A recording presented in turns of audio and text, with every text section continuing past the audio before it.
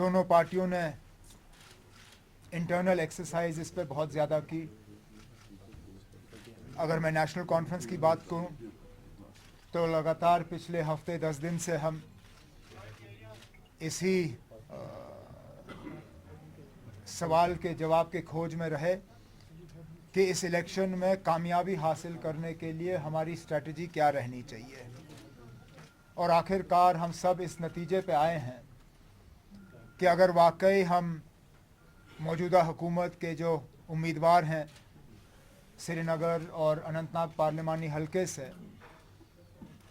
अगर हम उनके खिलाफ कामयाबी हासिल करना चाहते हैं तो सबसे बेहतरीन हमारे लिए मिल के इलेक्शन लड़ना होगा।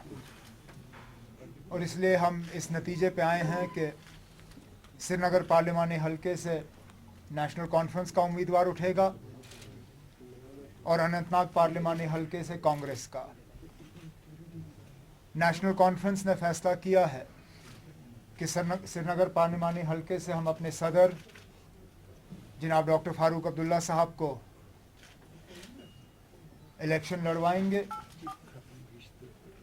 और कांग्रेस ने ये फैसला किया है कि अपने पीसीसी चीफ और मेरे साबका काबिना के साथी जनाब गुलाम अहमद मीर साहब अनंतनाग पार्लिमानी हलके से इलेक्शन लड़ेंगे। ये एक कंबाइंड फाइट देने की कोशिश की जाएगी। मेरे तमाम साथी साउथ कश्मीर से वो आज से मीर साहब की कामयाबी में लग जाएंगे। पहली मुलाकात मीर साहब की हमारे साथियों से अभी जनाब फारूक अब्दुल्ला साहब के घर में हुई और आगे के लिए स्ट्रैटेजी हम तय करते रहेंगे। इसी तरह मीर साहब ने मुझे आश्वासन दिया है, अश्योर किया है, यकीन दिलाया है कि कांग्रेस और कांग्रेस के दोस्तों का और साथियों का बिल्कुल पूरा जो है पूरी उनकी कोशिश रहेगी कि श्रीनगर से एक भारी अक्सरियत से जनाब फारूक साहब पार्लिमानी हलके का जो है वो इलेक्शन जीत जाएंगे। जैसे मैंने आपसे कहा, और मीर साहब इसमें और रोशनी डालेंगे,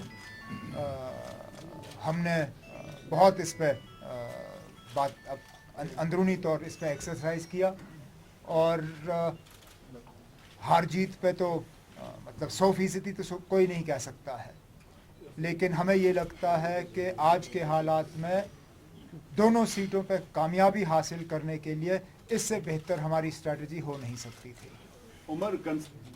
The fact that political activity in South Kashmir faces more challenges is a reality.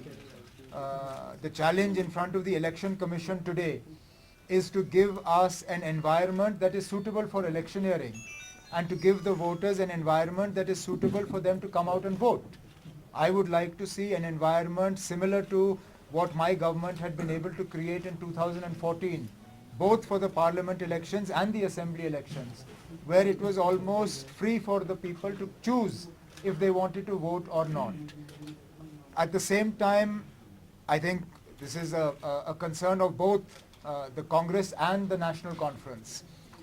A concerted effort is being now made on the part of the government to discourage the opposition from being able to move out and campaign.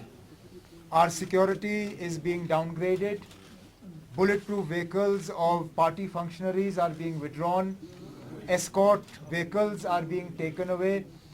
Former contesting candidates who contested elections only as recently as 2014 are now being told to manage without a PSO, and I'm talking about highly threatened areas in districts of Pulwama, Kulgam and Shupanya. And therefore, through this press conference, on behalf of both the National Conference and the Congress, I would like to make an appeal to the Election Commission that they need to direct the state government to provide all necessary security to all the functionaries of the two parties and our allied parties, so that we can campaign, so that we can take our message to the people, and finally it's for the people to decide in which direction they would choose to vote.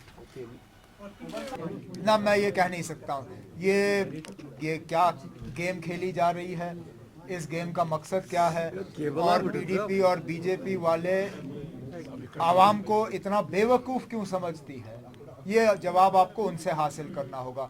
क्योंकि अगर कोई भी ये सोचे कि इनका अकेले मतलब एक साथ इलेक्शन ना लड़ना इस बात का सबूत है कि ये मिले हुए नहीं है, ये मिल के तो हुकूमत कर रहे हैं। अगर ये मिल के नहीं इलेक्शन लड़ रहे हैं, अगर ये मिले हुए नहीं है, अगर ये अलायंस नहीं है, तो बीजेपी के मिनिस्टर रिजाइन दें। वो किस मुद्दे पे इलेक्शन लड़ रहे हैं? अगर के बीजेपी का मकसद है पीडीपी को हराना, तो वो एक साथ हुकूमत कैसे कर रहे हैं? फिर हराएं एक दूसरे को। लेकिन मुझे लगता है कि हमारी जो आवाम है, हमारे जो वोटर है, वो बहुत ज़्यादा समझदार हैं। वो इस बहकावे में नहीं आएंगे। और ये जो झांसा उनको दिया जा रहा है कि ये लोग अलग अलग हैं, बिल्कुल अलग अलग नहीं है। इनकी मिली भगत है, मिली भगत चली आई है और चलती आएगी।